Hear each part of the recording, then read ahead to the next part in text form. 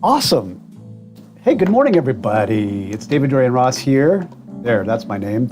And it's time for the Saturday meeting of the Virtual Pipe Club here on Saturday, February 27th. It's time for the Saturday meeting of the Virtual. And is that coming from me? Oh, I'm going to turn off my radio, as they say, and say good morning and welcome, good afternoon, good evening, wherever you are. Good day to those folks over there on Facebook and YouTube who are also getting the live stream going.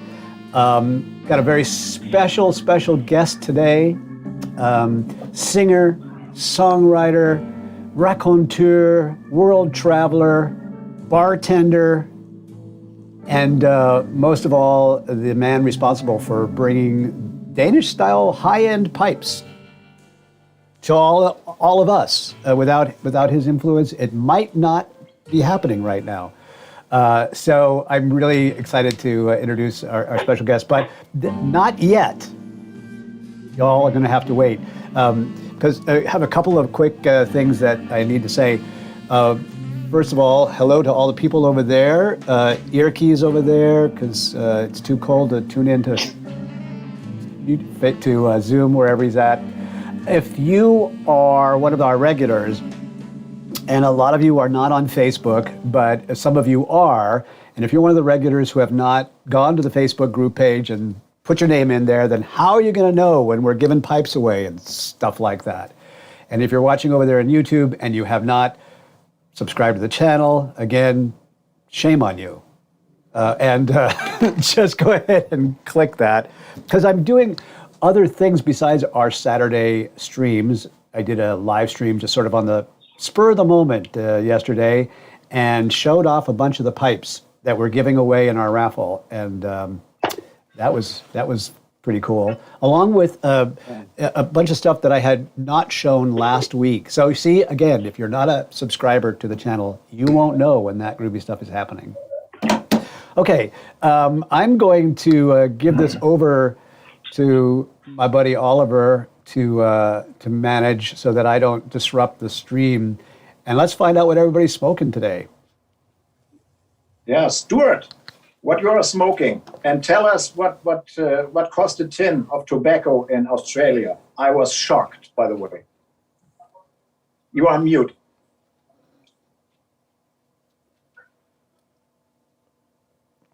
Stuart, you are on mute. Yes, how's that? That's better. Yeah, my keyboard doesn't like the space bar for some reason. This morning, I'm smoking my second kit pipe. It's a bent that I made from a kit from Vermont, and it came out pretty well. I'm pretty happy with the shape of that. In it, I've got some vanilla cream, and I thought I'd start the day with an aromatic. Yes, you mentioned how much I pay for it. For a tin of vanilla cream here, it's merely $125, which is just a little over $100, depending on the exchange rate, US. So it's an interesting experience being a pipe smoker in Australia. That's unbelievable. It is. Man. Yes, it's a luxury item. There's no doubt about it. All right, got it. Man. Sunbear, what you are smoking today? Well, I've got the club pipe, and I'm smoking some Watch City cigar, Old Dominion, which is a vapor. The pipe is pretty dark. Yeah, well, I smoke it a lot. You know me. I go through like 10 to 12 bowls a day of something. Okay. And the weather's finally nice here. I don't have a sweater on. The heater's off. So spring is finally coming to southern Missouri. That's very cool. Jürgen, what about you? I'm smoking our club pipe with, you know it well. Oh, Amphora. We will talk next week. I sent you a message. Oh, perfect. I have my project with pressing tobacco finished last week, and I have put some other, and we talk about it. I can't wait. Very cool. Glenn, what about you? Smoking. First off, this is a Nording number 14, I think. So not sure what grade that is, but That's very nice. It's a nice very pipe. comfortable pipe. I like that. Fueled with early morning pipe from my 2-pound reservoir. This is for local use. Very good stuff. Very cool. Good boy, Glenn. Rob, what's going on there? Well, we're having spring here in Michigan, so Ed and I are outdoors. Yeah, beautiful day. I'm smoking my uncle's pipe that I got from him. It's a Corsica Roma. Never have heard of them, but it's a beautiful little egg. I would call that an egg, I guess. And I'm smoking a little Deception Pass from Seattle Pipe Club. Very nice. Ed and I were thinking along the same lines today. Okay. I chose the Plum Pudding Reserve, barrel aged. Oh, I had it yesterday. It's unbelievable good stuff, right? Man, that's very good. So do we have any new members today in the Zoom room? The first timer? Yeah, I'm new, Jeff Cavens, and I'm smoking a Savinelli third and a Sir Jacopo Vincent van Gogh #1, and coming to you from the Tobacco Grove in Maple Grove, Minnesota. First time. Welcome. Welcome. Very nice. So there's another I'm Pablo. who the fuck is Zoom Benutzer? It sounds pretty German. Who are you? Oh man, there's Zoom Benutzer. So who is that? Not me. I have no clue. Okay. John in NC, what's going on there? You are mute.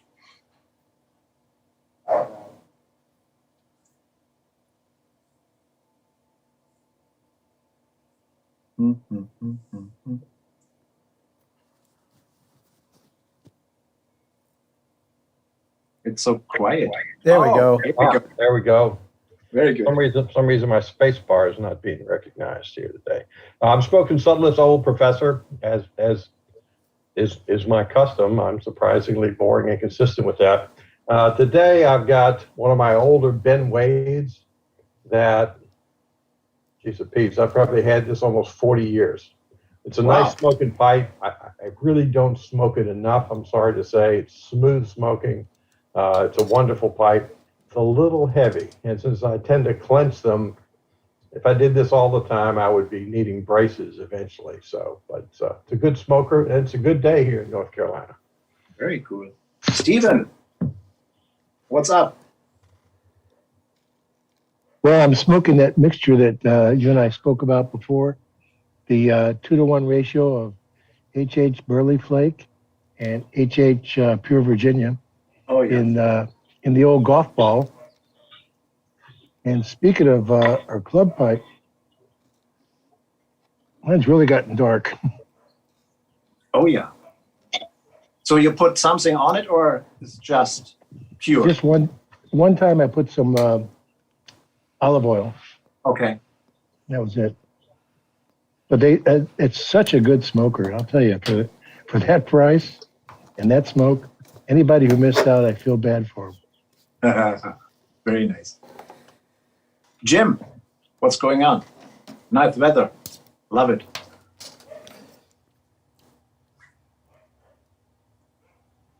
Jim, you are mute. Yeah. Oh, awesome. Yeah, this again, I was on a little bit earlier. This is the club pipe I'm smoking with some Maltese Falcon, which really nice blend of light Latakia in there and good Virginias. I think it's a great blend. It's kind of underestimated. Anyway, I didn't put anything on this pipe. This is a club pipe, and it's really darkening up nice. So it was really light when I got it. I haven't smoked it that much, but it's darkening up pretty good. Looks like Great we have smoke. the club pipe day, huh? Everybody is smoking the club pipe. Yeah. That's very nice. I'm working on a new one for this year, but that's all what I can say right now. That's good. I saw that somebody sold one of the club pipes on eBay for $100 a week or two ago. Really? Really? But you have no clue. Did it have some kind of special spit on it or something? I mean, this is. No, I mean, there are people out there that collect bones. And it's just one of those things. I presume that somebody who collects bones saw that it was, a rare pipe. It was advertised as being like a one-off just for the virtual pipe club. And somebody spent $100 on it. Wow. Not bad. Always crazy. It's a little bit cynical to think that somebody from the club bought it just to resell it, though. But, takes all kinds. Okay, so I should put the money back. Is that what you're saying? On that note, guys, who was it? There was somebody, hopefully they're online. They asked about how to open a tin on our page. And I loved it. I forget who it was that posted. Maybe it was the guy that asked how to open a tin. But they were so happy that nobody ripped him. Nobody was condescending. I mean, this is what our club's about. I think that was very awesome to read. I'm going to sound like a broken record, but I'm saying this for the people who are maybe watching for the first time or joining us here in the Zoom room for the first time. It's like, I'm just really happy that we have such a high level, or I don't know, maybe it's just the environment. Sometimes you walk into a room and it's a rough room, and so you get rough with everybody else. But I actually think it's the character of the people who are in the Virtual Pipe Club. Never seen anybody put anybody down. I've never seen anybody be harsh because there's a newbie in the group or anything like that. So another reason why I love being with you guys. Wait until we discuss again about Lakelands. Yeah, wait until I leave the room. Give it time. Hey, what did you say about Lakelands, my friend? Come on now.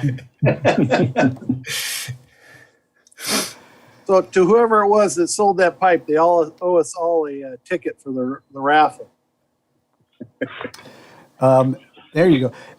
You know how that works to make that really valuable. You buy a ticket to the raffle, but you take your name out of it. That increases the chances for everybody else. I think that's how it is. I'm have to do math in my head, and I'm not good at that. So 5 tickets. 5 tickets. 5 tickets, and then distribute them to other members. That's how it works. The next 5 new members. Perfect. Hello, everybody. Today I'm smoking my 3 continent blend, which I made with the tobaccos from North America, Europe, and Asia. And I'm smoking it in this Nat Sherman Zulu, which is probably from 1960s. And also I would like to introduce my friend Pablo, who's with us today, and he was one of my testers for the new blend that I'm making for the club. Pablo, say hello to everybody. Hello, Dimitri. Hi, everybody. Today I'm smoking it's a straight Virginia from Vauen called Trunoria. It's quite nice. And I'm smoking it in my big Sir Jacopo Delecta, which is a very heavy pipe, but an absolutely great smoker. A little tricky to clench, but just a phenomenally made pipe. The last pipe that I bought from the dearly departed Matt Sherman's store on 42nd Street here in Manhattan, which closed last year forever, unfortunately. Let me try something. Who are you?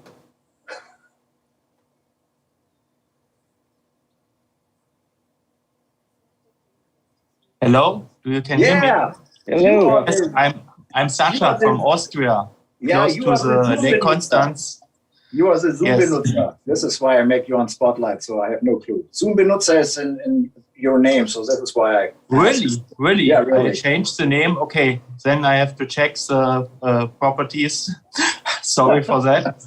No. Today I'm smoking my Dache. Where's the camera? County. Yeah. This is Group 3 with spark plug from GLPs. Yeah. This is my second ball. Yes, it's quite nice. Very nice. Very cool.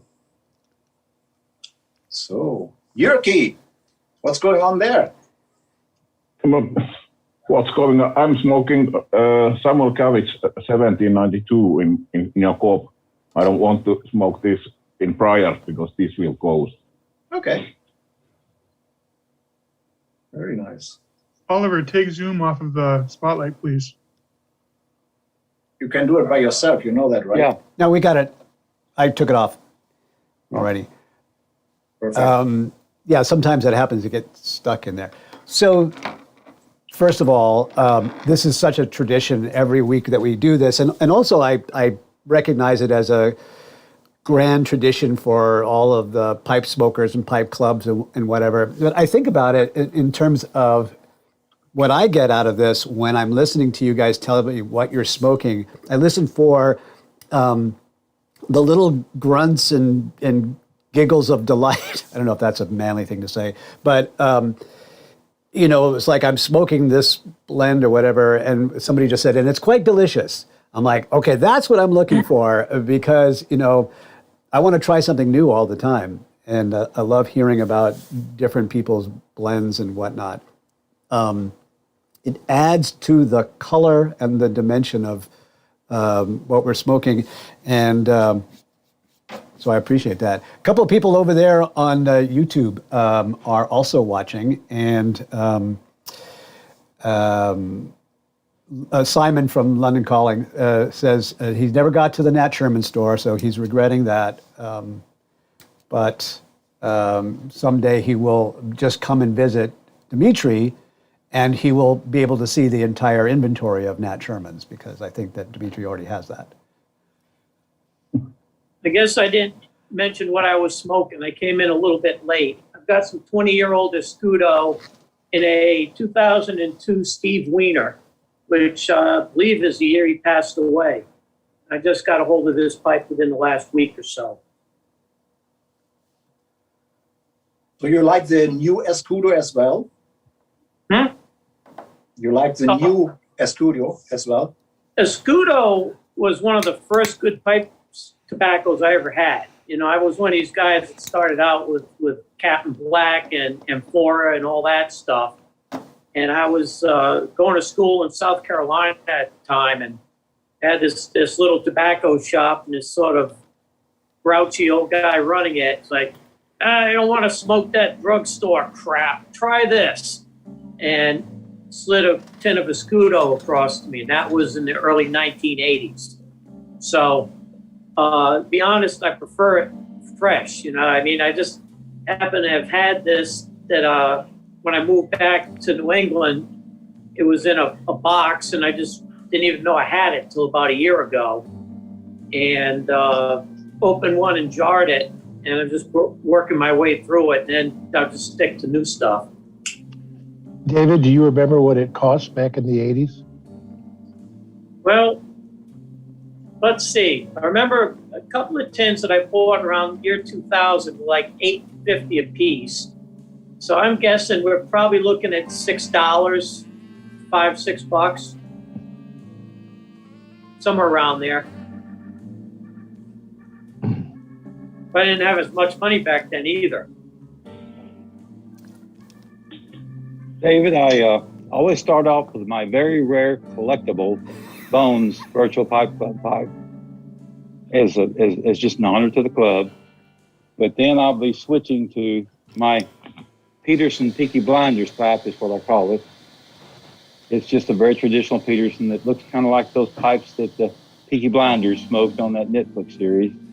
And I want to shout out to Jurgen. I've been watching him smoke those HU tobaccos, so I'm smoking some HU English breakfast, Jurgen. And I love it. It took me 4 months to get it. Took me 4 months to get it, so I'm glad I ordered lots of tins. Hey, just a heads up, guys.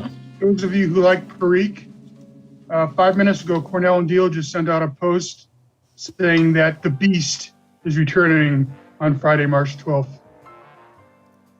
Oh. There's so many darn limited editions now, you can't keep up with them. You know, when Sun Bear came out in 2019, I bought a couple tins just basically for raffle prizes for a local pipe club. And then in 2000, it comes out again as another limited edition with exactly the same tobacco from exactly the same years. So it's just, you know, I mean, A, it gets expensive to try to keep up with them, and B, I think a lot of it is as much marketing as anything else. Don't forget, though, that marketing is what allows the tobacconists to stay in business. And they're not marketing to us, right? They're marketing to the people who are sort of dilettantes at the hobby, you know. But most of it ends up at smokingpipes.com anyway. And, you know, people will go in and they'll buy 100 tins in 3 or 4 days, and then it gets sold out. And it's sold out because a handful of people buy it all. So, I mean, it's I guess it is what it is. I'm just, you know, it's not for me. Well, I would like to shift us a little bit. First of all, thank you guys for being generous and I don't know what happened there, and sharing what you're smoking. I, as I said before, I love to see the different blends that you guys are smoking and learn about that. And great looking pipes. Tom, that is a beautiful, beautiful pipe. I really like that. So now what I'd like to do is introduce our special guest. So we do have somebody that came to my attention in sort of a interestingly roundabout way, and then I hit myself in the head because I hadn't known about him before I was introduced to him by one of our members in the Pipe Club here, and wished I had, because I would have loved to have listened to some of the podcasts that he's been on and tried to find some of the films that he's made, but maybe we'll get a chance to get him to talk about all that today. His name is Keith Moore, and he is well known to a lot of people for having worked at Uptowns in Nashville, Tennessee, and really making that store a huge success, going away from it and coming back into it and making it even more of a success. Under his tenure, Uptowns became only the second tobacconist pipe store in America to win a special award. Maybe, again, I'm going to let Keith talk about that. But he's a musician, singer-songwriter, horse whisperer, storyteller, and I want to thank Jeff Cavins for introducing him to me. But without further ado, let me introduce our special guest, and I'm going to put you on spotlight there, Keith. Keith Moore. Say a big welcome. Right. Hey, awesome, man. It's great to be with all you guys. Thank you, Jeff Cavins, my brother, for introducing me and David. That was really cool when you called me up and told me about it. Because, you know, really, I've been out of the pipe world for a while now. You know, I've been doing other things, and as David said, I've been playing a lot of music and traveling, and the pandemic's kind of slowed all that down.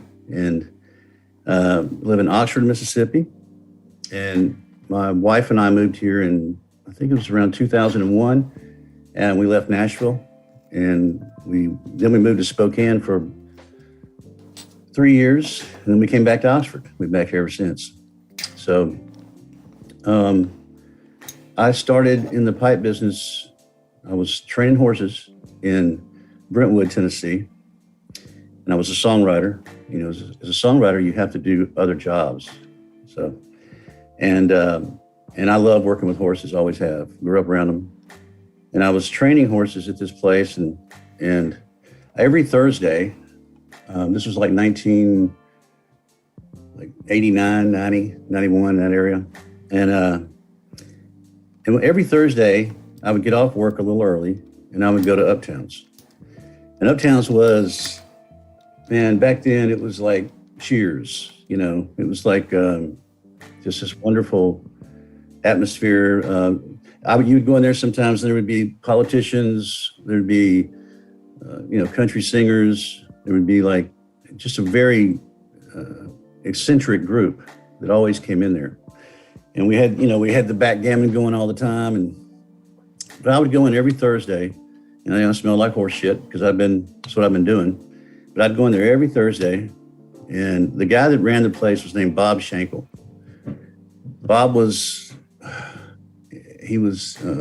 one of the most amazing men I ever met. And he was very, a man full of integrity, just very trustworthy. His favorite music to listen to every single day was Bill Evans. And he smoked a meerschaum pipe from the moment he woke up till he went to sleep every night. And so I would go in there every Thursday, and my wife, I had read a biography on C.S. Lewis, and when it got to the part about the Inklings with Tolkien and the other professors, I remember I read it out loud to her. I said, wow, listen to this. These guys would sit around and smoke pipes. And I had an uncle that smoked a pipe, and I remembered that. And we talked about it a little bit, and I didn't think anything else of it. And the very next day, this was 1987, the very next day, Renee goes out to a tinderbox, and she buys me a pipe. And, it was like one of those things where you remember what you were doing. When I remember when I opened the box, I just remember thinking, wow, a pipe, And of course, it burned the heck out of my mouth for a while. And I started, when I would go into, not long after that's when I started going to Uptowns. And I had been reading all these things about pipe makers and about pipes and about tobacco, and I just dove into it. And so when I would go in on Thursdays, I knew a lot about every pipe in the store. And I would stand around with Bob and the other guys, and we would talk, and we would smoke pipes, and then a customer would come in. And finally got to the point where Bob would say, Keith, why don't you tell this customer about this pipe? I said, okay. And, after a few weeks or months of that every Thursday, one day Bob said, why don't you go to work here? And so I went to work at Uptowns. And one of the things that, I don't know where I got this. I didn't get it from some book. I don't know why I did it. But I started a Rolodex of every person that came in, what they smoked, what pipe they bought, what their favorite tobacco was, what tobacco they bought that day. And the Rolodex, it got huge over time. Over a year, it got to I probably had 100 and something people in there. And so when they would come in, I'd be like, hey, Joe, what did you think of the Scudo? What did you think of the Three Nuns? What'd you think of the Balkan Sobrani? It built a rapport. And one day, this guy named Phil Kagi came in.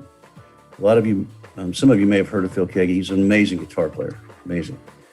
And a really sweetheart of a guy. And he walked in and he was smoking this pipe, and I was just like, man, that is so beautiful. What is that?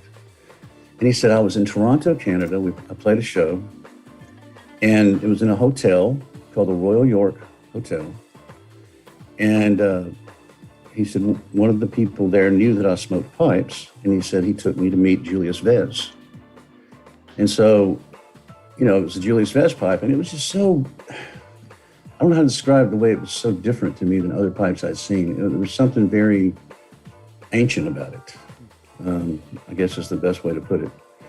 And so I looked into Mr. Vez, and I found out that he had been burned by some retailers in America. And so everybody I talked to said, he's not going to sell you a pipe. There's no way. He's not going to do it. So I didn't listen to them. I called him anyway. And I told him, I'd like to buy 10 pipes. And I said, we'll pay for them before you send them. And the owner of the store and the manager had no idea I was saying this.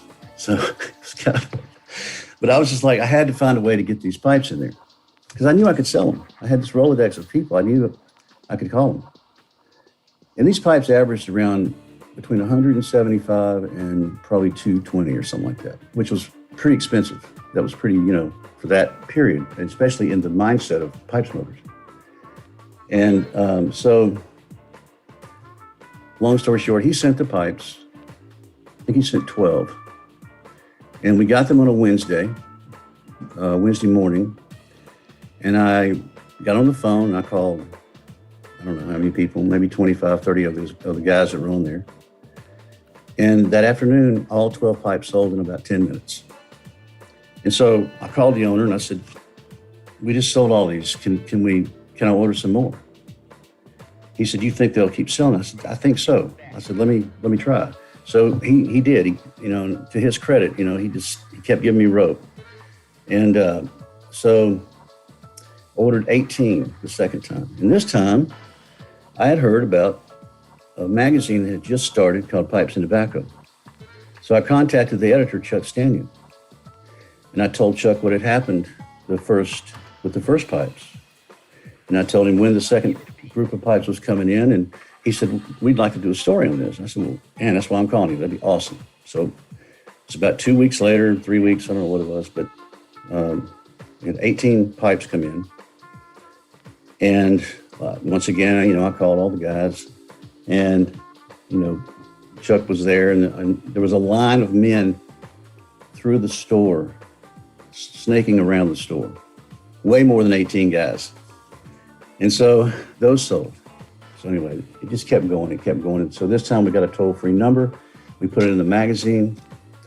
And that's how it started becoming a national kind of vibe where guys from everywhere in the country started finding us and calling us about, Julie's Fez pipes.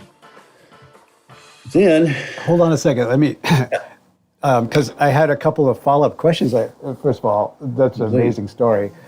So I'm curious about a couple of things. First of all, that first group of people that you called, I know that you had described like this eclectic group of gentlemen who used to hang around at Upton's before you did this.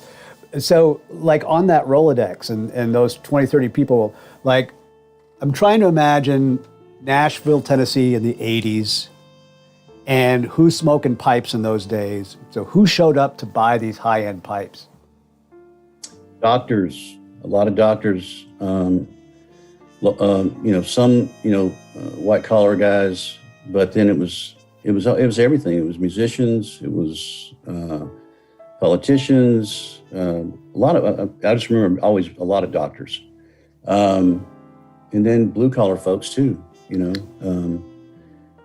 it was really a hodgepodge of people, It was very unique. It was a very creative group of people. So what were the kinds of pipes that Uptown was selling in those days before you started to import some of these, different kinds of pipes? What was the most popular line? What were you selling?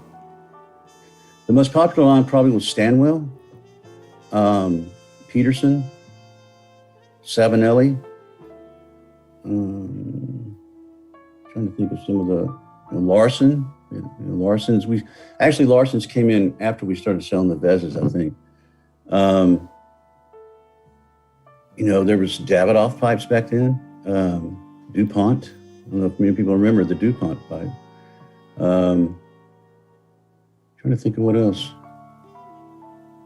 Those were kind of the main ones, Those were kind of the main brands I remember, which I'm sure I'm forgetting some things, but. I was just curious about, I'm trying to visualize, but I'm also like, because I know the end of the story, how this was such a big departure from the kinds of stuff that guys had been smoking before that or had seen before that. So what kind of responses did you get I mean, we can see some of that in the fact that they returned a week later and bought more. But what were they saying about it? That happened probably 4 or 5 times before it got to where he just was always had special orders. He could hardly keep up, you know, especially when it went nationwide. And we started selling to people in Michigan, Vermont. There was this one guy in Vermont that was just, he started with Vez, and as we got into all these other pipes over the years, this guy was just, he's probably got the most amazing collection in the country. But there were, it was guys everywhere calling. And so it got to where it was really hard to keep them in. So, and the things that most people were saying was, the thing they liked most about his pipes at that time were how well they smoked. Just a very easy draw. The drilling was really good back then. The different aspects of the pipe that you overlook sometimes were really good in those pipes. And, Vez made pipes for Bing Crosby, made pipes for, he was, when you go in his shop there in the hotel, the Royal York, it looked like a museum of just all these amazing talent, artists and actors. That it was a Saudi Arabian prince that bought, I think, almost every high-end, he had a highest grade of these really ornate pipes. Like, they look like a meerschaum, that is how a meerschaum would look, with chains and just all these really beautiful accoutrements that he would do to these very expensive. And like that Saudi Arabian guy, he bought everything, or he would have. So it was the things people felt about his pipes were just kind of like real basic, at least the Nashville crowd. It was real basic, enjoyable, simple, aesthetically just simple pipe.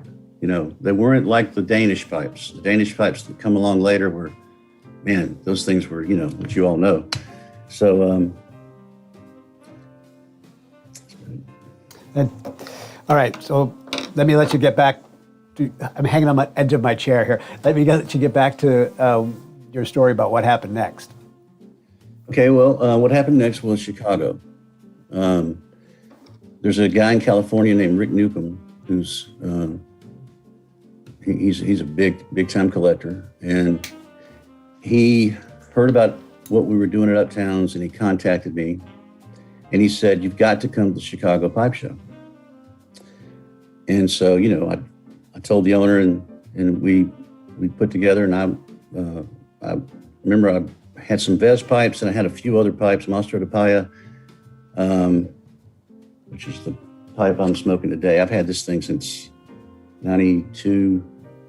I bought it at Uptowns right before I went to Vancouver to do some music. So every time I look at it, hold it, smoke it, I'm back in Vancouver every time. But so I went to the show with a few things, and the main reason we went, though, was because there was a guy there named Yes Konovitz. And I had never heard of Yes Konovitz. And we walk over to, Rick takes me over to his table. And first thing I notice are these magnificent pipes in front of me. Just makes my skin have chill bumps thinking about it when I first saw those pipes for the first time. And he was about the nicest, kindest human being on the earth I've ever met. Yes, he was just so giving. He had so much integrity, and there was something about him that you knew he was authentic. And I just felt that from the moment I met him. And his wife, Bonnie. And so I looked at the pipes, I looked at the prices. I thought, well, I can buy maybe 6 or 7 of these and see if I can sell them.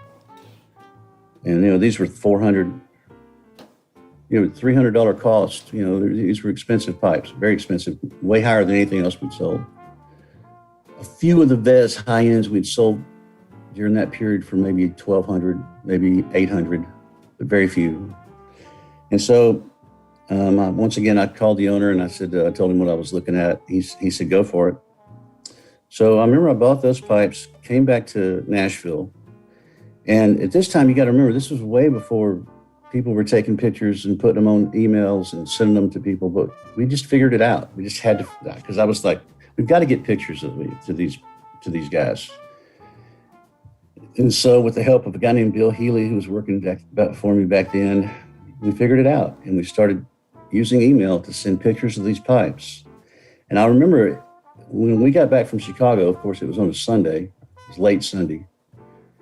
And the next morning we get to work, get to my office, and we set these conduits pipes up, and we just, we use this really crappy camera back, just really digital, and I would take a picture of it and I'd look at the picture and I'd be like, this isn't showing the pipe. This is like, you can't see the beauty of this. So we kept messing with it. And finally, it was good enough where I thought, okay, I think this will work. So we started sending these emails out to people around the country and also to locally. And I think those 7 pipes sold in like 2 days or something like that. And it was amazing how much money the store made in 2 days. I mean, it was like mind-boggling. And so what happened is the next time I met with Yes, I think it was in, maybe, I can't remember what show it was. It may have been next year in Chicago. Yes takes me to meet Wolf and Pierre with S. Bang. He takes me to meet Lars Iverson. All these guys were at the show now. He takes me to their table. Conovitz does. And he introduces and he says, you should sell your pipes to Uptowns. That's how we got Lars, and that's how we got S. Bang, was Yes Conovitz.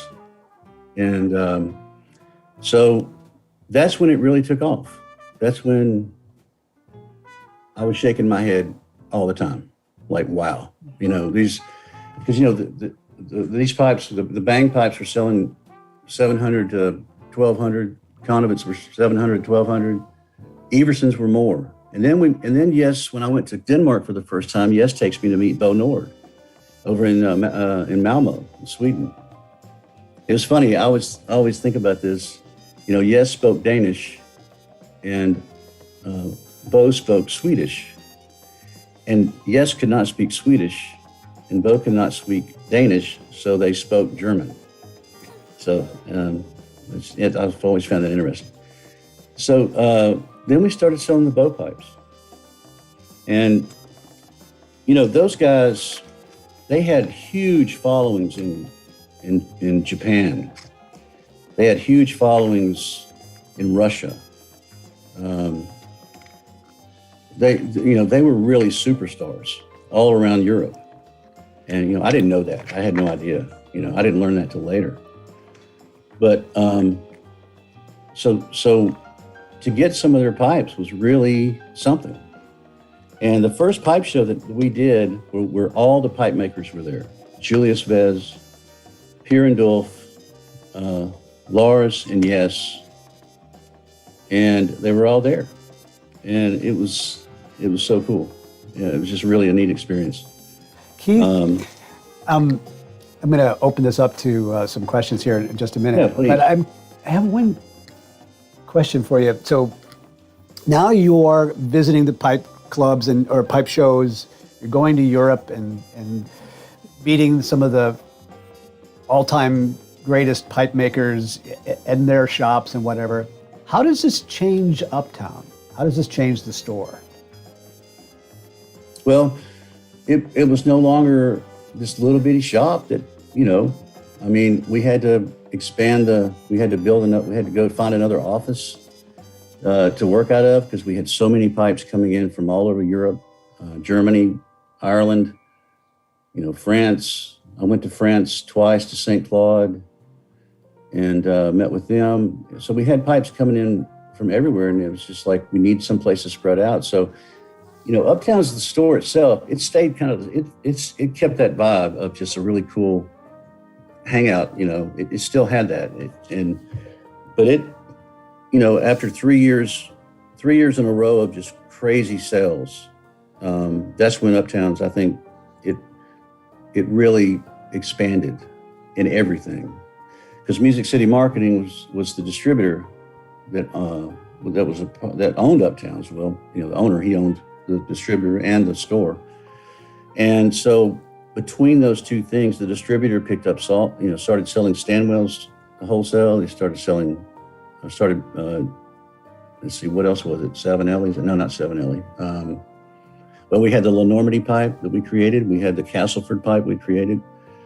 So all these things were happening. And so Uptowns just became more and more like in the spotlight, I guess. And it really is because of Bill Nunley, the owner. He was a trusting guy. And, I give him all the credit.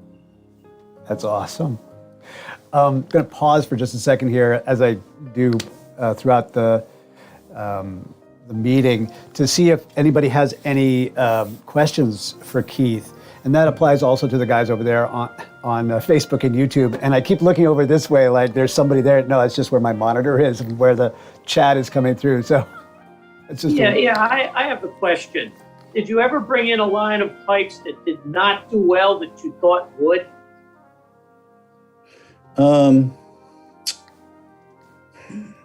That's a great question. Like we sold the heck out of our doors. We brought them in. Steve Monsieur. We brought those in, and man, those things just took off. We brought in what I was about really was if I had a relationship with somebody and it led to meeting another pipe figure, that's how it always worked. It always was. So if I found a pipe, I wouldn't buy it unless I really, really, really thought it was going to be, something good. And Yes Konovitz taught me. I was in his home like 3 or 4 times, and he kept no secret from any other pipe maker. None. He was completely candid about pipe making, and he was that way about how he felt about pipe makers.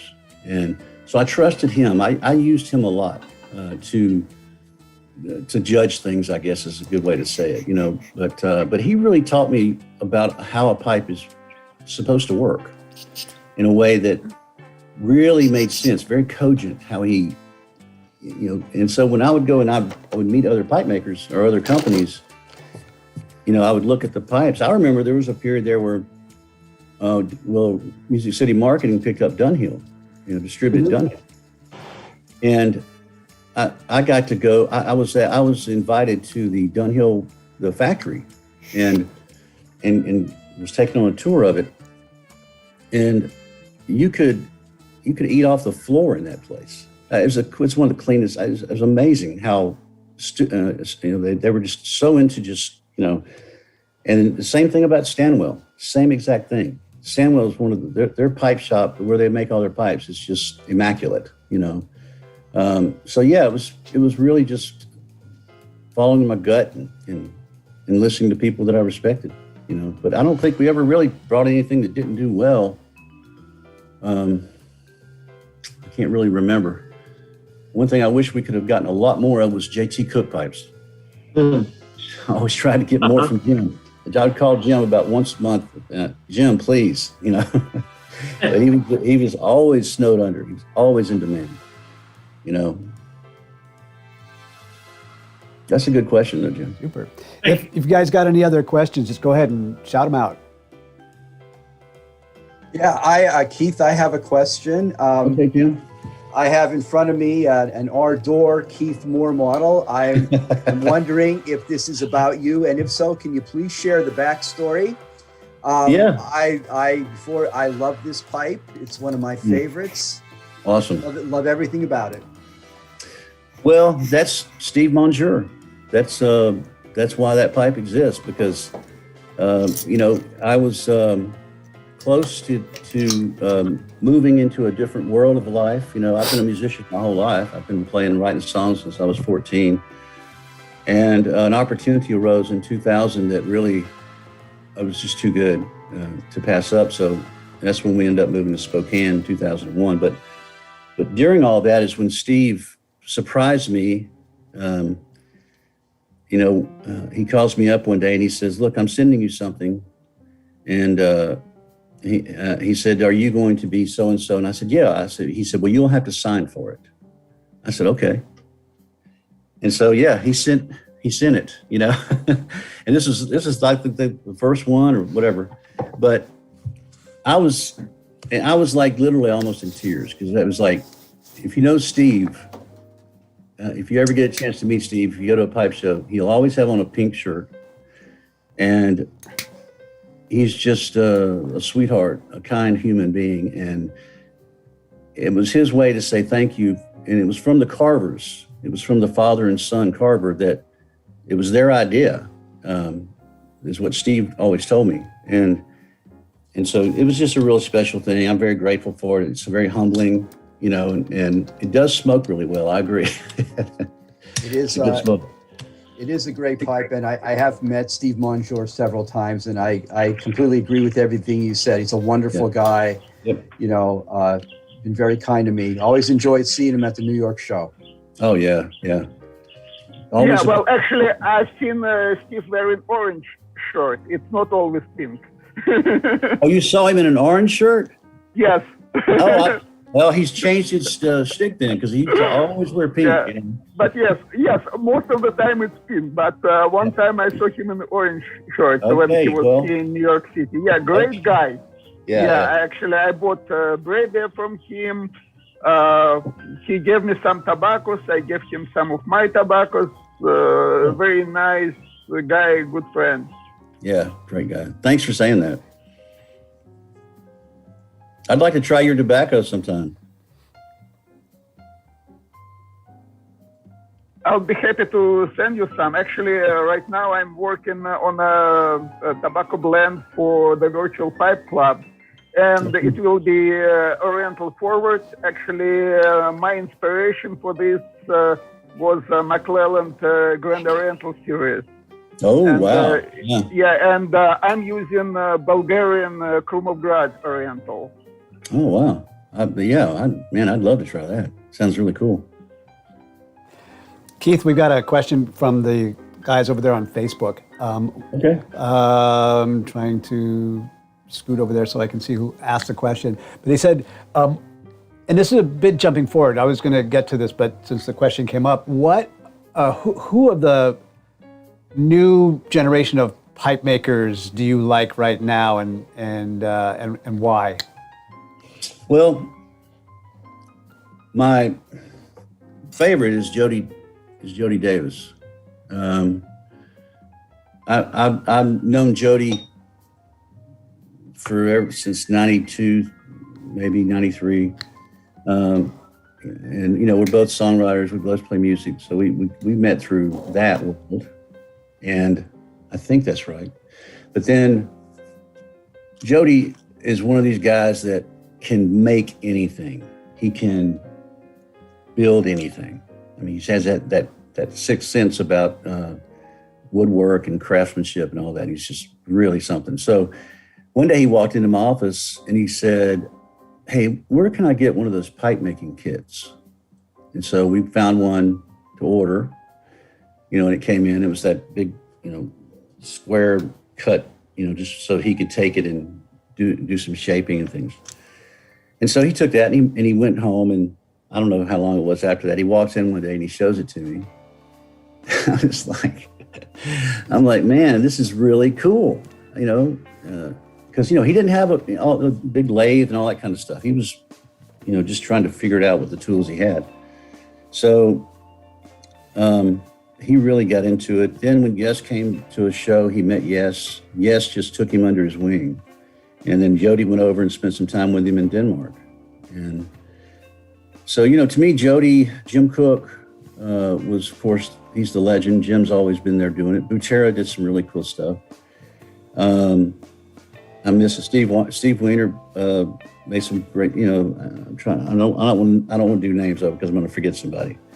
But as far as the new crowd of guys, Jody to me was kind of the foundation that it was built on. His pipes are they're like immaculate, and the stem cutting, the shaping, the drilling, they're the closest thing to convivits as far as smoking a pipe that I've ever experienced. So Jody, then, you know, there was Steve Morissette is really one of my favorite pipe makers. Then you've got like, oh shit, I'm gonna forget now. Well, let me look. Let me see if I can find some other guys here. Help me with some names of some carvers, because I'm drawing a blank right now. I got so hung up on Jody there. I'm kind of, anybody think of some American carvers? Brad Pullman. Brad Pullman. Charles Frazier? Yeah, Charles over in Montana. Yeah, he's good. Yeti. Micah Redmond. Now I don't know Michael. I've heard his name, but I'm not familiar with it. There's Pete Prevost. Pete. Jeff Grasick. Yeah, Jeff Grasick. Yeah, Grasick, man. Yeah, he's that Bill guy's Stolowski is another good one. Rad Davis. There's Eric Weaver at Sea Smokes. Remember Bruce Weaver? Remember Bruce? Bruce made some pretty cool pipes. I have an up and coming guy that Jason Mouton, who makes. I mean, he's kind of I don't know him, but he makes some. Jason, awesome. you said Jason what? Mouton, Mouton. Mouton. Okay. Yeah, Jay Mouton. He just Cool. made that. That's beautiful. I just got it 2 days ago. Yeah, that's gorgeous. I bet it's light as a feather. Oh yeah, super light, beautiful, one accent, real nice. And then you have guys like Joe Skoda. Yeah. Keith, do you another think? question over here from the YouTube crowd. And by the way, if you are over there watching on YouTube or on Facebook, this is the way it just rolls. Just throw your questions out there. I'll try to pass them along. Although the Zoom room guys are the cool kids. Just saying. So if you want to guarantee your question gets asked, come on in. So we were talking just before we started the interview about marketing. We were talking a little bit about how different limited runs come out or whatever. So there's this whole theme about pipe and pipe tobacco and the way it's marketed, the business side of it. And since you were in the retail end for so long, the question came up over there about what do you think about that? The state of the art today. Think about how it's marketed today, how the pipes are marketed. Is that the question? Yes, sir. Well, everything is online. Everything is, at your fingertips as far as, what's there. The thing that we did that was different than what I've seen anybody else do, and like I say, I hadn't been in the world for a while, so maybe they're doing this and I haven't seen it. But one of the things we would do is, I thought, well, who are some people that collect other things that might tie in with pipes? And so there was a customer named Ted that was into over and under English shotguns. Really expensive, high-end, handmade, hand-tooled, over and under English guns. And so we found a periodical called Hunters the Gentleman or something to that effect, I think. And it was a beautiful periodical, gorgeous, thick, back, this is before the internet was taken over. And so we bought an ad in that magazine. And I was amazed at the customers we got from the magazine. These were guys that were, just, they wanted to collect the best of everything. And so that was one way of marketing that really worked. Of course, we were in all the smoke, any kind of tobacco, we were promoting and marketing there. And the way that we would market is we would try to tie something to the pipe that is relevant to the person's life. We would try to tie it in. Because to me, that's what pipe smoking was about. It's about, it's like a friend that you have and that goes along in your life with whatever you do. One of my saying on my business card back then was, it's not just a pipe, and I still feel that way about pipes. Pipes to me are like, if you're going to market a pipe, you should market it in a way that really speaks to the experience of the pipe. the experience of, it's not just a hobby. It's a ritual, and so that's how I would market it. And like I say, I'm not sure how people are marketing it today. There's so many limitations because of, where you can sell pipes, where you can sell tobacco, but I don't know. Have y'all seen any marketing that you like that's happening right now? Well, Keith, to clarify what David was talking about, what's your thoughts on all these limited edition tobaccos we've been seeing lately? That's where this topic came up. Oh, okay. I don't really know a lot about it. I mean, I know that when we were, I think about the how much Balkan Sobrani 759 I could have right now if I'd have known what was going to happen. If I'd have known all the tins of a Scudo I would have. I mean, just the whole limited edition thing is coming out of that. I think it's coming out of that make it limited, make it really hard to get, make it not last a while, make it scarce. The scarcity rule plays into that marketing, I guess. But I just think that the whole tobacco world, when McClellan went away, it's such a different kind of vibe now than it was. McClellan was the center point of American tobacco, and with them gone, I don't know what's going on. I don't know. I know that Peterson is doing Jeff Caven sent me a tin of this my mixture, 965, and it's Peterson doing it now. So what is your thoughts? You tell me what do you think about the limited edition tobaccos? Well, my take on limited edition, there are actually two different lines of limited edition. Sometimes it's just a marketing tool to make it more appealing. People will buy it because they know it won't be available anymore. And the other case, when they actually use some rare tobacco, they know they will never get those tobaccos again. Right. That's why they can only make it limited. Yeah. I mean, do y'all think that it's a good thing for the industry, the way it's done? I think some of it, and correct me if I'm wrong, but I know like McBaron's been coming out, look at this, came out with the Latakia rolls, and they came out with the Rustica, and it's limited. And I think a lot of that has to do with the deeming regulations, where if they come out with something that's limited, they don't have to, meet the strict standards of if it's if it's going to be sold for full-time use. That's what it seems like. But Okay. again, I don't know if that's 100%. That's a great point. I hadn't thought of that. And the Rustica isn't limited in Europe. So it's very special where it's sold to. So in the US, you have some blends as the Stockton. You get 3,000 tins, as Per Jensen mentioned in one of our meetings. And the other way around, it's like St. Bruno in Europe. It's because, or especially say in Germany, where I'm from. And that is also depending on the market you sell it to. So that's also a case. Do they still make a lot of the tobaccos in Hamburg? I know yes, there is DTM. Yep. And there's Kohlhase and Coven. There are both companies which located in northern Germany near Hamburg, and they are both all very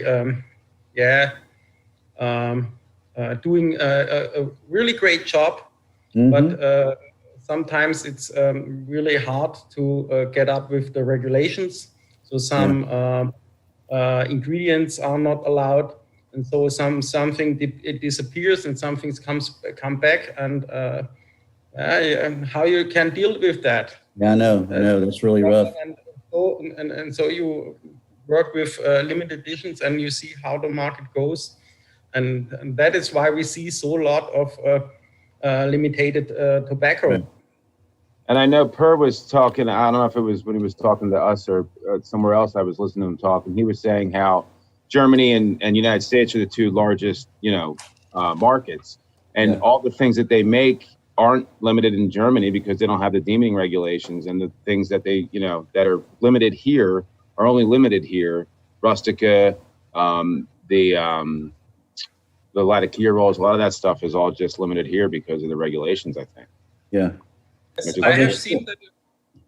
I've seen the heroes in a Facebook post, and we're not quite sure that we get it in Germany. So it could be a special for the US. Yeah. Keith, I wanted to ask you maybe if we could, because I don't want to run out of time, is to talk about your music. A question came up, and I thought maybe it's a great question to sort of do that segue, and that is, how has pipe smoking influenced your music? Did you write any songs about smoking a pipe and whatnot? And just for context, for those of you who are meeting Keith for the first time or may not have known much about his backstory, Keith, I'm going to speak for you, is first and foremost a musician. Like, music is his passion in his life, in addition to pipe smoking. So, want to talk a little bit about your music, man? All right, I love talking about it. Right, let's see. I've been in a band called the Wineskins. With a guy named Jeff Gordon, not the race car driver. This is the slow Jeff Gordon. Since 1987, we've been writing songs together. We've been together almost as long as my wife and I have been married. And we met in Nashville. We're both from Mississippi. We met in Nashville, and we just hit it off. We just had a real cool vibe that has just lasted all this time. So the Wineskins have been playing music for a long time, and we played all kind of places. We played New York, we played Atlanta, we played in Texas, played in, just wherever. We open for people sometimes, but also I do the solo stuff, and the solo stuff it's more of the, I don't know what the word is. It's me trying to go deeper into whatever's going on with me. And that's in the Wineskin music too, but when you're doing stuff alone and you're really, I'm reading a lot of different things, and that comes out in the songs, and it comes out in the, in what we're talking about. A couple of songs I've heard, I looked you up, sort of a country folk or country blues kind of vibe to it. Is that how you would describe it?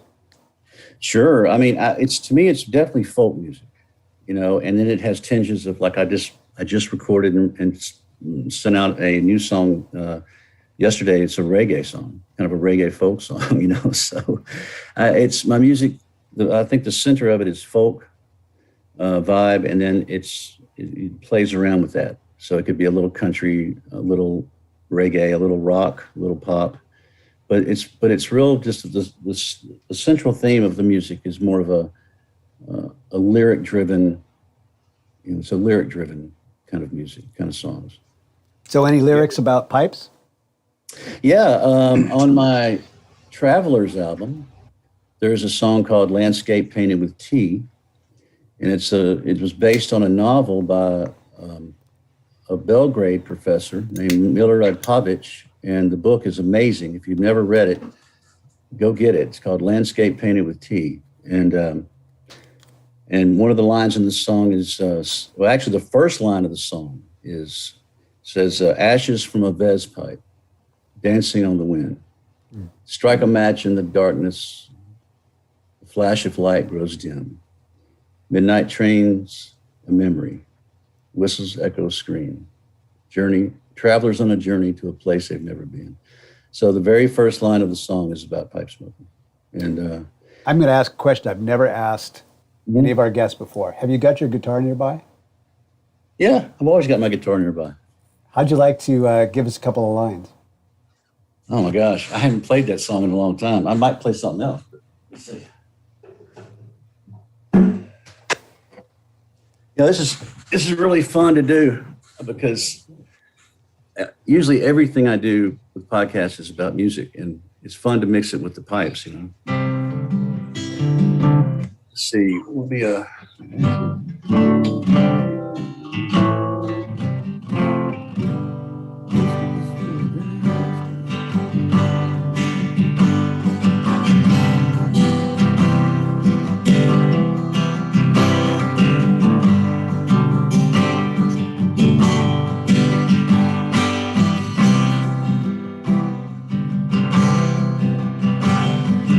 ashes from vast pipe, dancing in the wind, strike a match in the darkness, flashing light grows thin, midnight trains of memory, whistles echo scream, travelers on a journey, a place they've never been, landscape painted with tea, under a khaki moon in a grove of Chinese green. Lovers look for comfort, strung out on caffeine. It's a terrible beauty, landscape painted with tea. I haven't played that in forever. Thanks. Thank you so much. Hey, Yeah. I've got one more question. I've got a All right. tin from Uptowns that Okay. I got, geez, probably 10 years ago from a smoke shop in Smithfield, Rhode Island. And it is called Bing's Bliss. That's it. And there's absolutely nothing on this anywhere that I can find on the internet. It says it was heavy Turkish with fair share of aged 11th Virginia and Perique.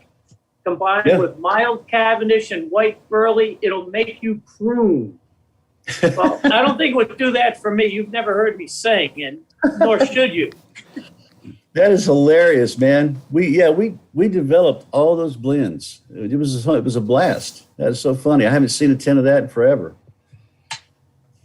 Yeah, Thanks for telling me it's that. Music City marketing. Yeah. Complete with the toll-free number. Oh yeah, man. We sold a bunch of that. Bunch of it. Still haven't gotten around to opening it yet, though. Yeah, you might not want to. Keith, Thanks much. That was beautiful. That was just great. There's applause going off on, thank you. The place we're streaming to. I really appreciate that. I apologize for putting you on the spot, but I just could not pass up that opportunity. That was great. No, don't worry. I love singing and playing, so no, that's anytime. So a question came up, it's kind of random, but I liked it, was if your music was a tobacco blend, what kind of blend would it be?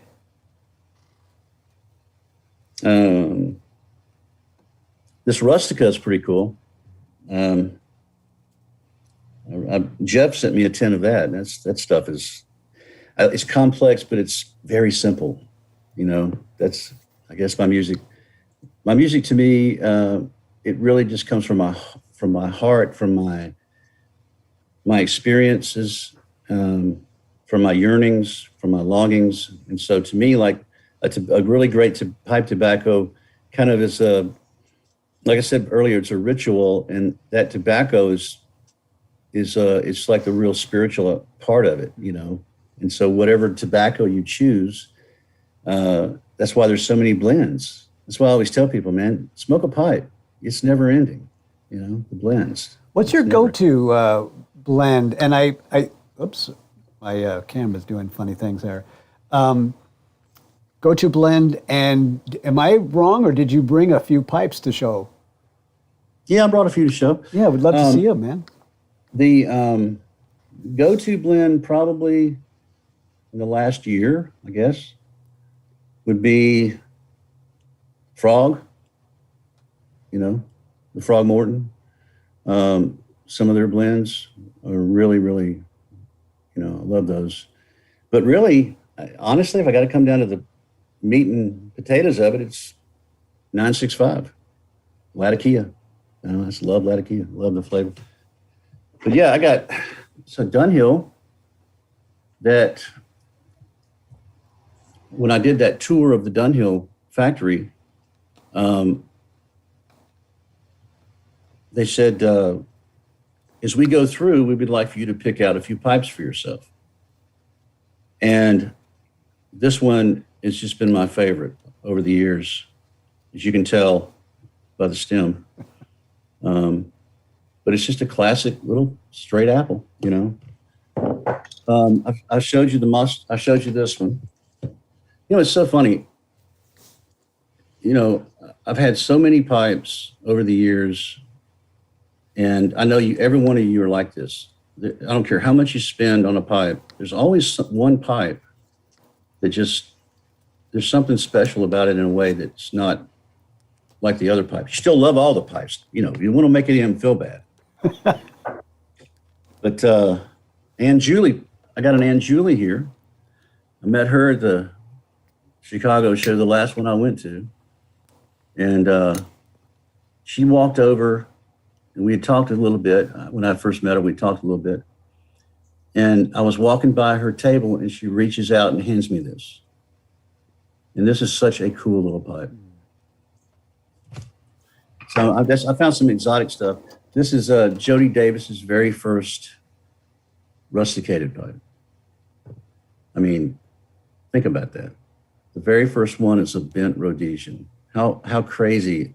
It's like, you know, Yes Konovitz used to tell me the hardest pipes to make are the traditional shapes because you can't fake it in any way with the traditional shapes. It's got to be right on. And then my favorite, like Jeff Cavins and I, we both are big Van Gogh fans. And the when the Van Gogh pipes came out, do any of y'all have any of the Van Gogh, the Pictas, or any of those? Not yet. Well, I would encourage you to check these out because There's one right there. Oh yeah, there you go. There it is. That's number one. That's number That's one. the Yeah. one with that's one with the bandaged ear of Van Gogh. Right. Yeah. So all these shapes are featured in Van Gogh paintings, and Giancarlo Guidi, brilliant guy. You know that he started making them. I think he did a lot of different painters. He did the Pictas are and from different things, but the Van Goghs are really special. This is my favorite Van Gogh. And then this is a Jody Davis that he made for me. You can tell I like apples. Now here's something really interesting. I just wanted to show you something. Do any of you have a Chacon pipe?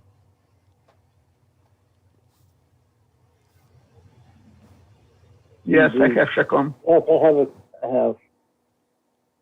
When I went to St. Claude twice, and you know St. Claude's the birthplace of the briar. It's where it all started, and you know they in the 1940s they had the factories in St. Claude were making thousands and thousands of pipes a week.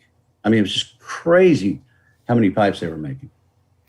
And when I took my wife the second time I went, she went with me, and Yves Grenard, we were walking through the Chacon factory, and he gave my wife this pipe. It's just beautiful. Actually, a lot of English pipes were actually made in France. Some Dantels were made in France. Some Ashtons were made in France. That's right. Yeah, man. Well, if you ever get a chance to go there, and you can, the factories are still there. They're not necessarily working as pipe making anymore.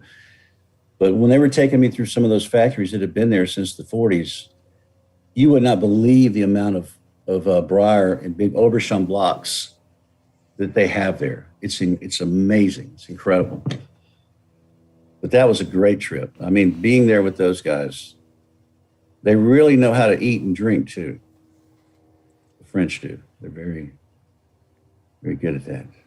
So Keith, you found another fan for your music, but it's kind of surreal for me. You and I talked on the phone in 1992, 1993. I can't remember exactly now. Wow. And you were one of the people other than my father that got me into pipe smoking. Robert. Yeah. Kiernan. Okay. Yeah. Man, where do you live? Where are you? Oakville, Ontario. Oh, man. Canada. Yeah. I love Canada. I love Vancouver. I've been to Vancouver a few times. In fact, Julius is a friend of mine, him and his son. So I got quite a few of his pipes. Oh, that's wonderful, man. Well, next time you talk to him, please tell him I love him.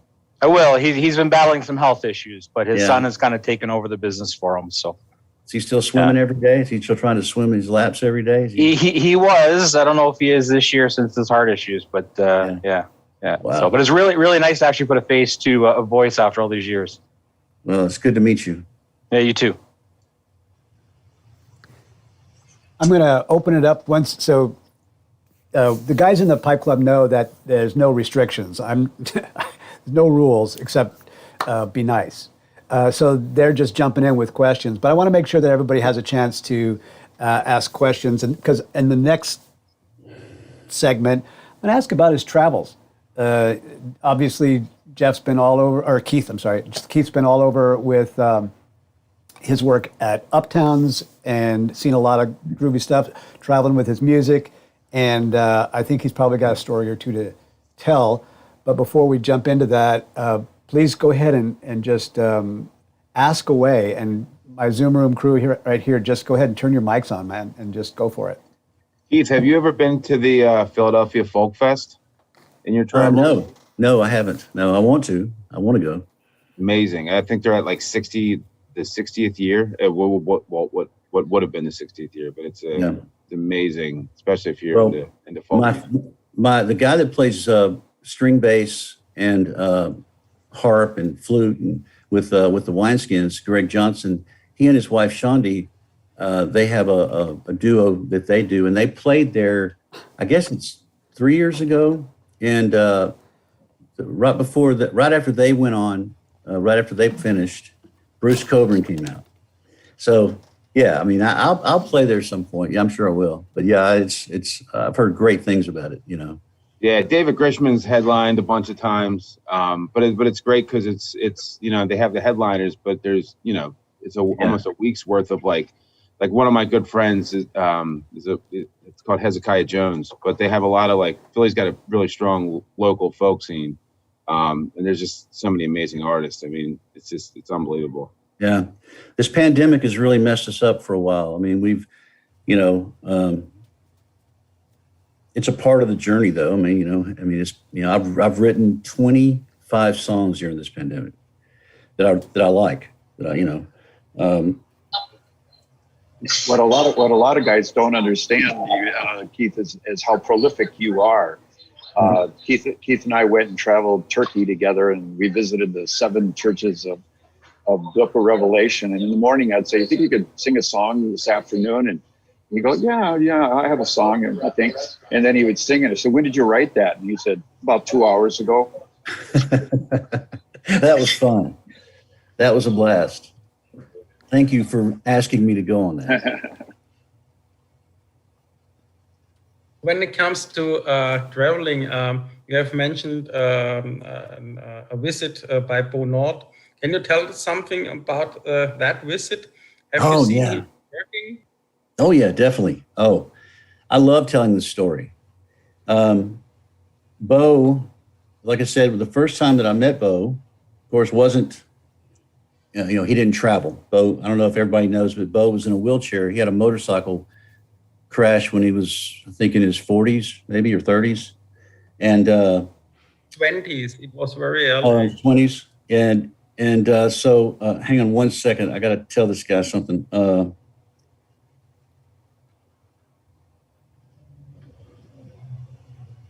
So yes, we get over to Malmo. We take the ferry. It's a beautiful day. God, it was gorgeous. And we get to Bo's house, and like I said, they spoke German, and Bo was so excited when we got there because of Yes. He just loved Yes so much. He was just like, he was like a little child at Christmas when we came in, because the first thing that Bo did is he took Yes into his shop and started showing him things that he was doing. And Yes was so like just captivated by it. Just watching them was like, it was just so cool to see these artists share, what they're doing and what they're seeing and experiencing with making the pipe. So yeah, it was, and then of course we had this big, huge meal Brigitte made, and then and right after the meal, Bo rolls over to his stereo, and look, I don't know if y'all know this, but Danes and Swedes know more about American blues than anybody else in the world. They're like I'm from Mississippi, and they thought, well, I'm from Mississippi, I probably know a lot about the blues. Well, I know a little bit. I didn't know anything. Like Pierre and Ulf Nolsmeyer, the Bang, that guy, gosh, he's got a wall of vinyl, of all these great blues and, other things too. But Bo, he rolls over and he puts on an album, and it was like John Lee Hooker, and he just cranked it up. And man, we sat around and we drank and we smoked pipes. It was just incredible. It's a wonderful time, So yeah, that's a great memory. I'm glad I have that one. Hey, Keith, I'm a big lover of Danish classics. In my small collection of pipes, I've got majority are vintage Stanwells. Oh, cool. In your travels, have you ever spent any time with Tom Elting? A little. The last time I was in Denmark, I went to Tom's shop, and I'm trying to think of what he was working on. He was working on a series he was doing. Of course, they were magnificent. They were gorgeous. But I didn't spend a whole lot of time with Tom, just some. Just that one time at his shop, and then, of course, I would see him at pipe shows and everything. But, yeah.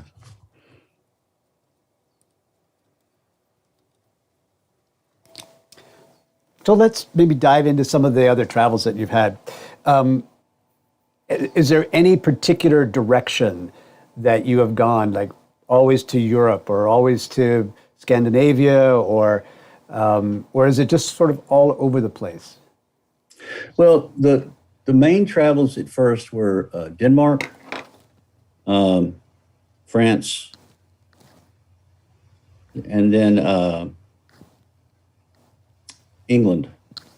And then the second trip, we included Germany. So it's like it started to spread out, and then eventually Italy, where I did the last thing I did for Uptowns was I did the one with Mimo about harvesting the briar. And man, it was an incredible experience, because we climbed up into the mountains where these heath trees grow. They're like bushes, and we're walking through this trail, and literally like on an incline, we're like going on this trail, and Mimo's got an axe in his hand, and I said, "What's the axe for?" And he said, "We have wild boars in these woods." And I was like, "Wild boar? You're going to deal with a wild boar with an axe?" I mean, that was interesting. So, but then of course he used the axe to show me how they would remove the bulb that's in between the tree. You got the tree itself, or the bush, and then you've got the bulb in between that and the roots. And that big bulb is what all these pipes come from. And so he harvested one that day, took it back to his shop, and then I filmed him taking it, cutting it, and then of course he's an amazing pipe maker too. So he ends up making pipes with it. But Italy that was my last trip. We went to Stuttgart and met Oli. I don't know if any of you ever heard of Dr. Oli. He's considered in Europe probably the greatest collector of the Danish pipes. And I've never seen a collection like that. I've never seen anything like that. It was, once again, here's a pipe collector that's got vinyl albums from one end of the house to the other. I mean, these guys are very interesting, all of them. All of them I met, they're just really into art and music, and the pipe just goes right along with it beautifully. Where would you go back if you, if hypothetically you were back at Uptowns and they said, "All right, you got a plane ticket to wherever you want to go back to," and where would you go back? I would go see Yes. I would go see Yes in Broby and right outside of Copenhagen. And I loved going there. I loved being at his house, hearing his stories, listening to the music he liked, drinking the wine he liked. That's probably where I would go. Either there or maybe Dublin.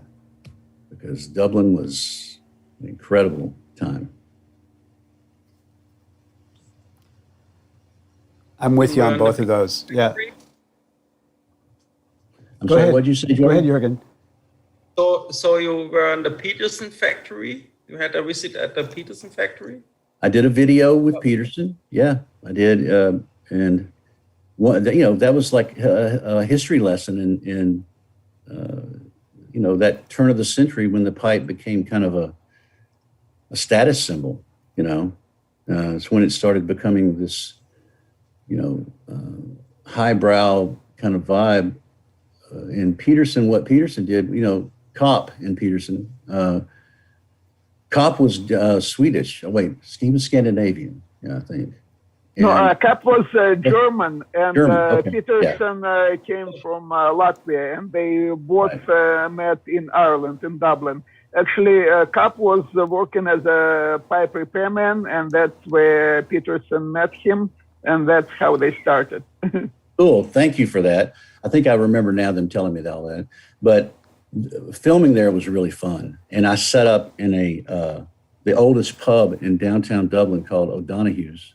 At about 3 o'clock in the afternoon, I set up all my equipment. It was a one-man film thing. And from around 5 o'clock till about 1 in the morning, I didn't have to buy one single Guinness. I didn't have to buy dinner. They just were amazed that some guy from Mississippi was filming about pipe smoking. They were just, the bar was just like, I'd get about this close to my Guinness being empty, and the next thing I knew, there was another one sitting on my table. So it was a lot of fun. It was the Irish are, they're a very unique folk. So your head was very heavy the day after. Well, I always tell the story. I was standing in line to go to the restroom, and it was so many people in there. Those bars over there in Ireland, they're real long. They're real narrow, and the bar is like, 50 yards long. And I was standing in line, and I was just standing there waiting, and all of a sudden, someone grabbed me by the ass and lifted up and said, "I couldn't resist, laddie."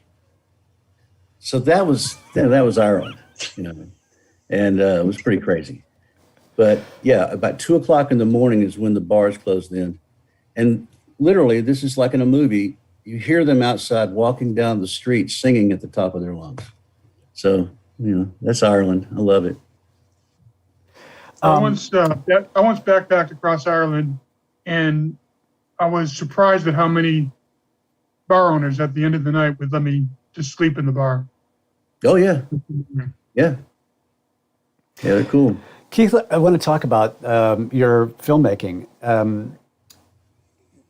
There are a plethora of YouTubers now with channels like this one talking about pipes, and we actually had one of our first meetings was viewing the documentary Father the Flame, and but you were like the first. You did like you said, your one-man show, and you made a series of mini documentaries, I guess.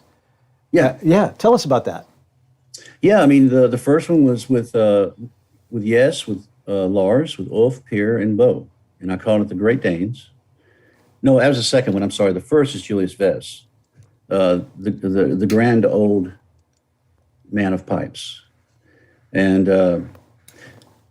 Julius Vez's grandfather made meerschaum pipes for the Austro-Hungarian Empire, so that's where he got his love of pipe design. Interesting note. But so first one was the grand old man of pipe making, Julius Vez, then the Great Danes. And then I think the third one was, if anybody else knows, I think the third one was, maybe the third one was Peterson. And there was a one about Larson, did one about the Larson Company. Gosh, I can't remember everything. Is there a way to watch them, Keith?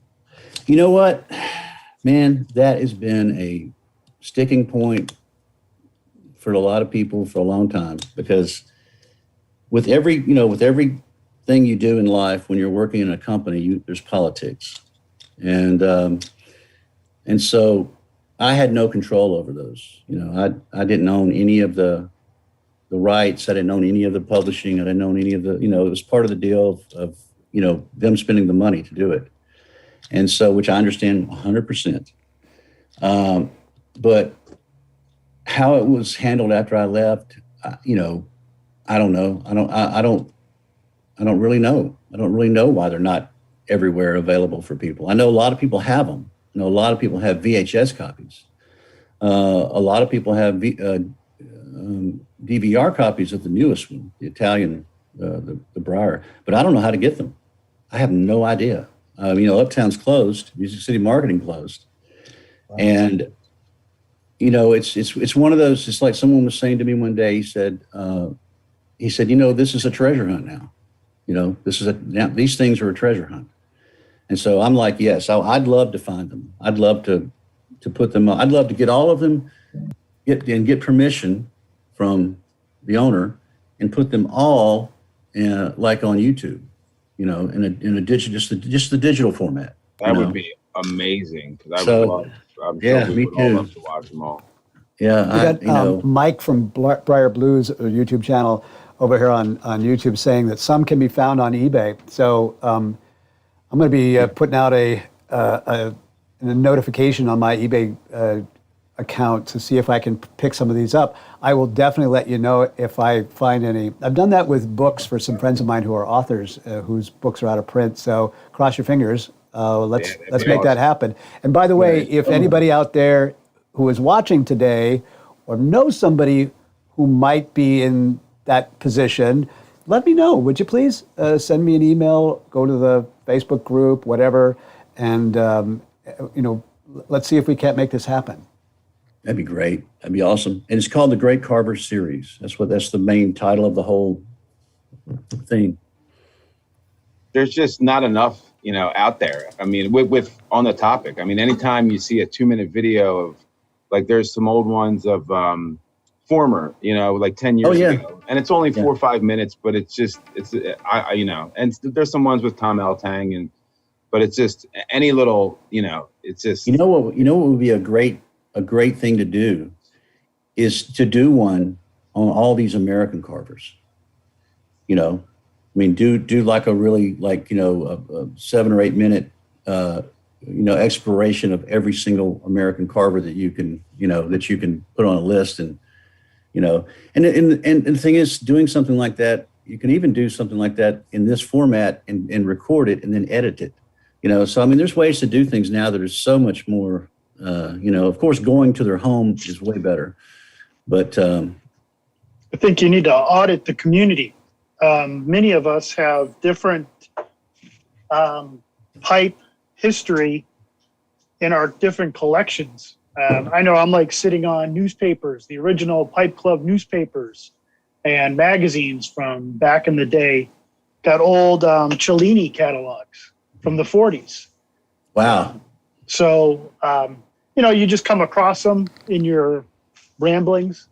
You know? Hey, Tim, what was the guy's name that did a pipe video that came out like in I think the late 80s, maybe mid to late 80s.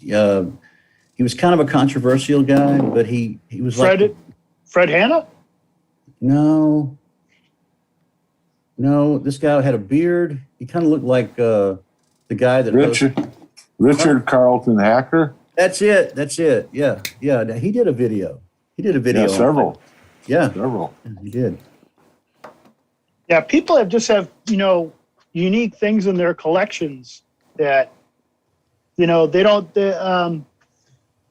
maybe you forgot about them, or maybe they're just tucked away in a corner somewhere. You know, right. But yeah, those videos, people have them, you know.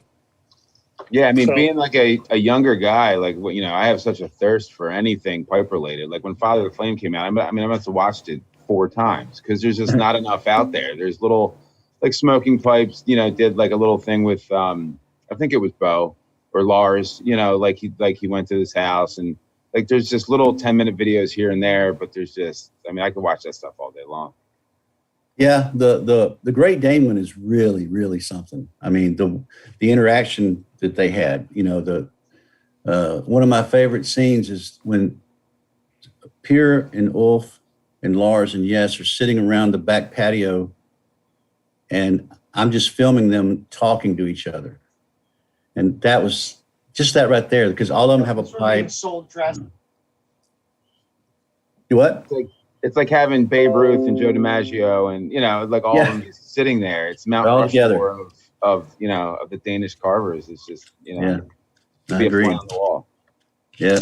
But you know what? All these short videos on YouTube that we've been seeing now, like 2 minutes, 4 minutes of Tom Elton making a pipe or former. This for me, when I was learning how to make a pipe, I don't have anybody to go here locally, so I was like watching these videos every year, the same videos, and every time I would watch this video, even though it's for 2 minutes, the video was very short.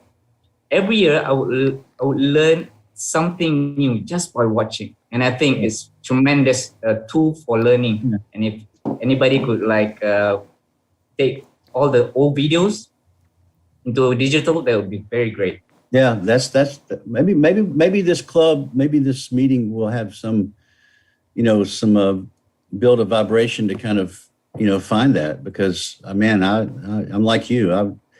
I think it would help so many people like yourself, you know, really. Because what I try to do was not just show the technical part of these guys' lives, but to show them, show their, you know, capture the essence of what they were about as people, you know. That's what I try to do with all the videos. I try to really get inside the heart of the person, and I think it comes across pretty well, you know, in most of the videos. So another history piece. A good friend of mine, Jamie Connolly, he's up at Stem and Briar at Oak Creek, Wisconsin.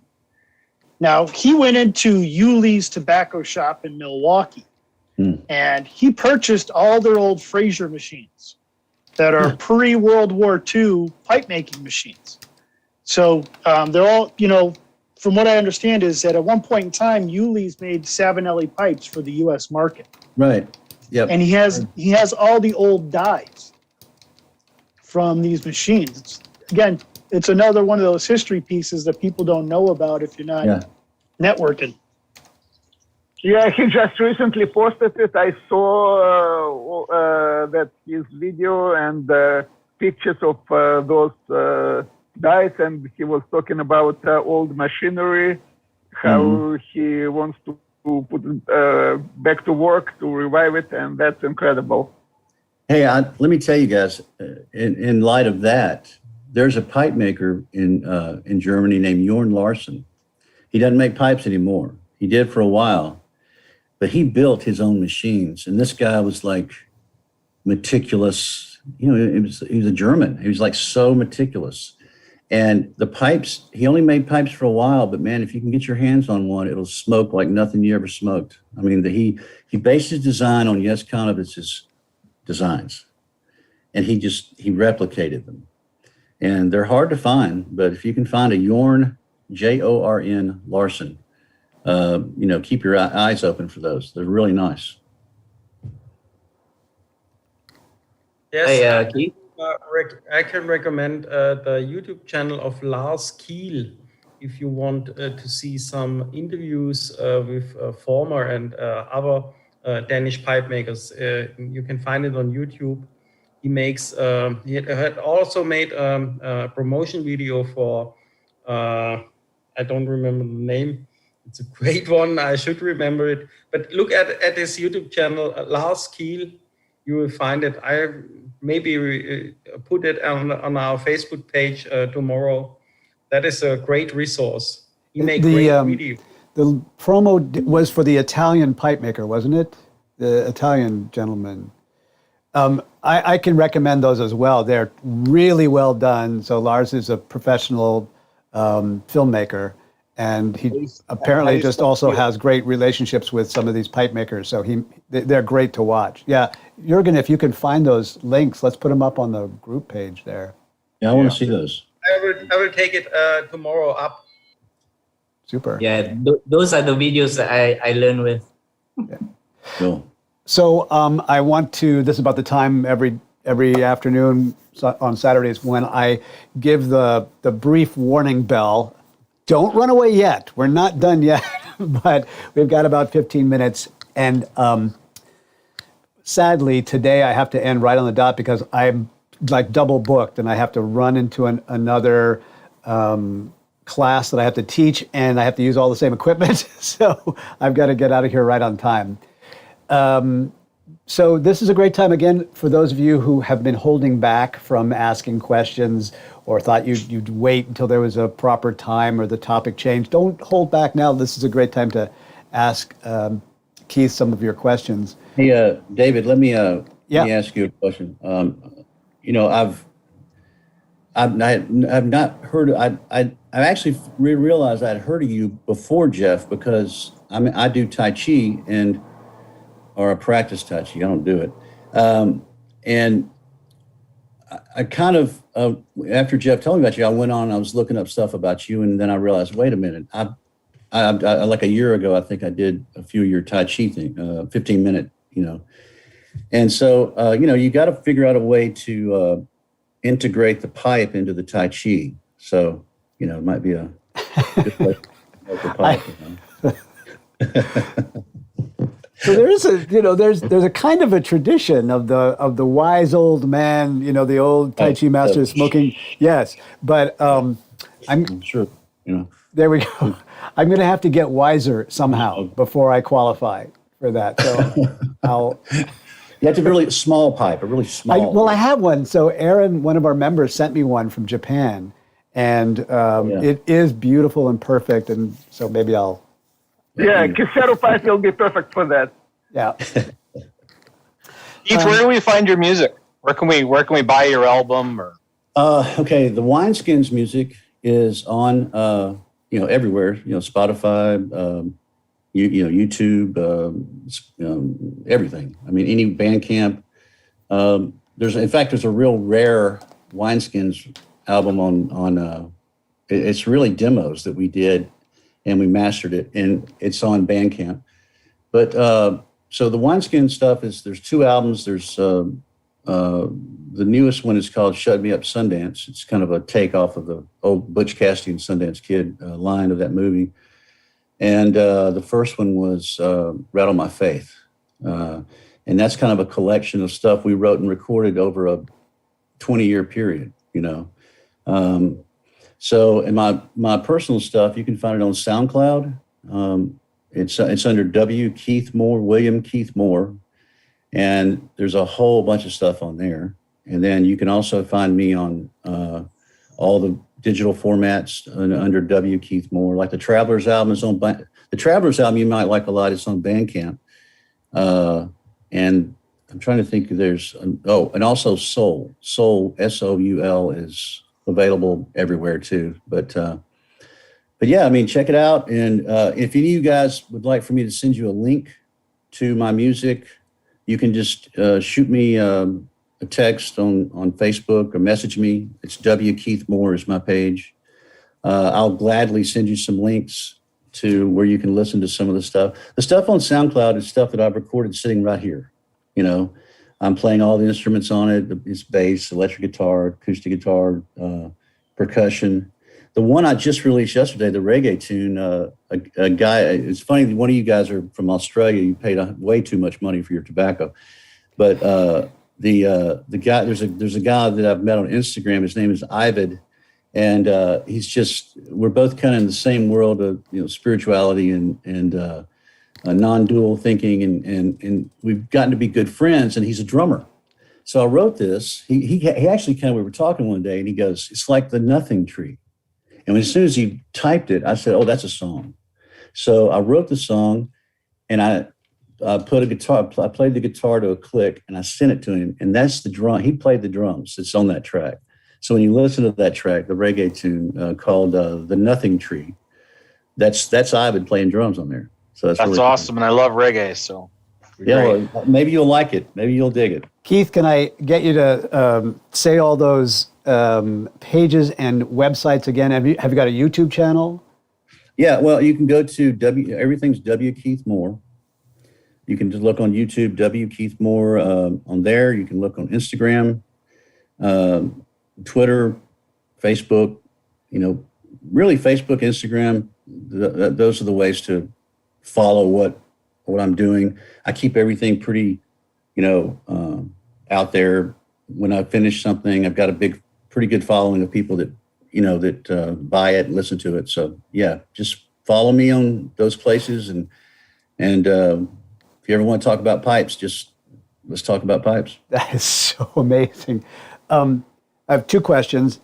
One is, would you come back again and be our guest one more time? Man, yeah. You can't keep me away. That'd be really wonderful. I'd love to have you. And the second question is, once again, something I've never asked anybody, and I'm sorry for putting you on the spot, but since we're on our way out for today's meeting, got a song you can play us out with? Or just a riff or two?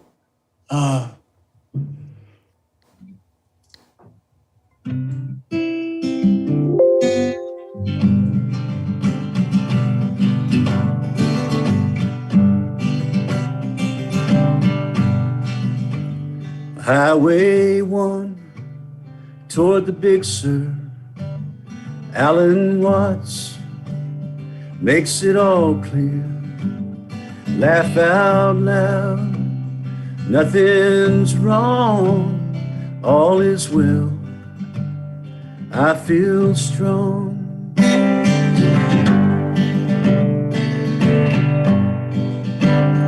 Thunder rolls, darkness threatens, the storm begins, shelter beckons, a hotel light, an old cafe. Well, I pull in, I see your face. Hey. A cup of coffee, you sit down, ask me my name, where I'm bound. I take a sip, say I don't know, I'm just driving, you wanna go?